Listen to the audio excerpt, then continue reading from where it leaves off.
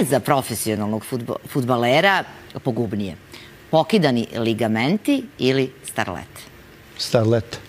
Medicina i obrazovan svijet koji se bavi medicinom vam je dao mogućnost da se vi oporavite. I to je u 99% slučajeva trenutno.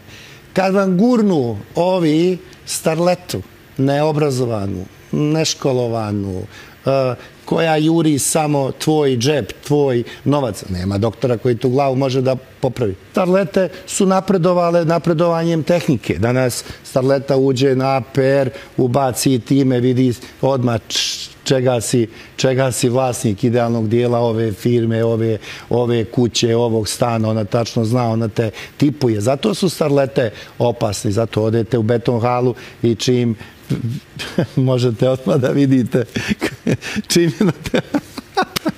čim je na telefonu, onda je ona u agenciji za privredni registar.